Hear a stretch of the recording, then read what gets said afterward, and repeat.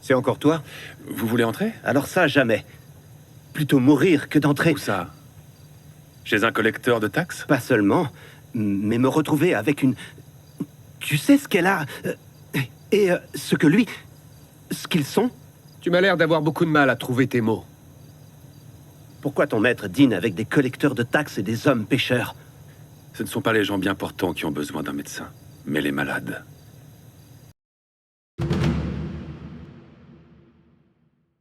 Dans la maison de Matthieu, les disciples sont réunis pour un banquet joyeux et convivial.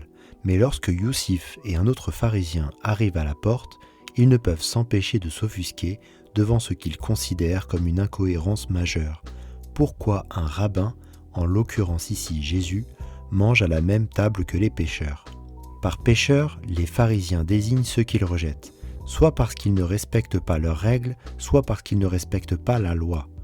Dans ce banquet, on trouve des collecteurs d'impôts, des personnes liées au quartier rouge, des hommes et des femmes considérés comme moralement indignes, et qu'il fallait, selon la conception pharisienne de la justice, tenir à distance.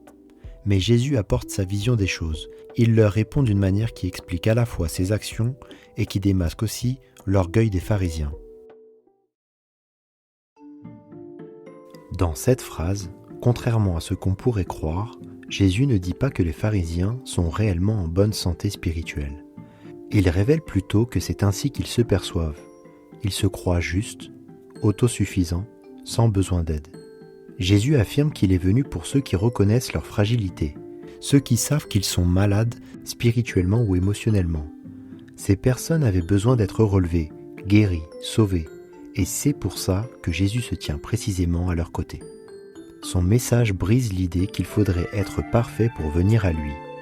Il s'adresse aux perdants, aux cassés, à ceux qui se débattent avec leurs faiblesses, mais qui gardent toujours un cœur ouvert.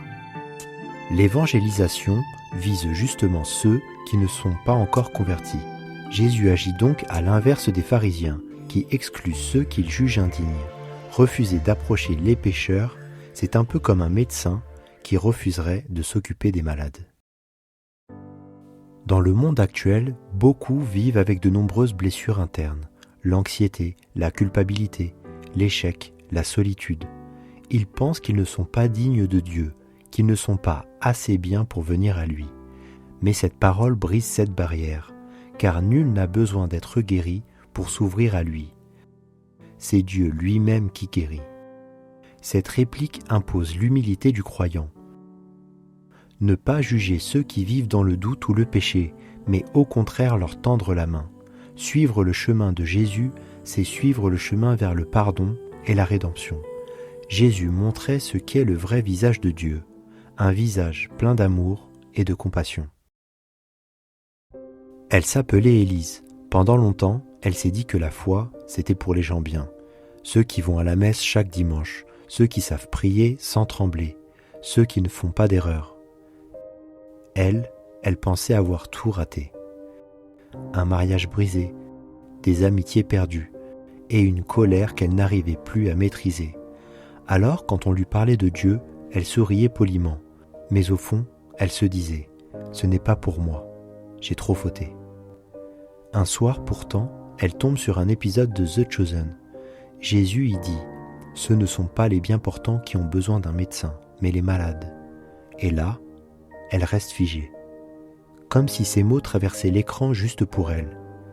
Ce soir-là, Élise a pleuré, pas de honte, mais de soulagement. Elle a compris que Dieu ne la rejetait pas à cause de ses blessures.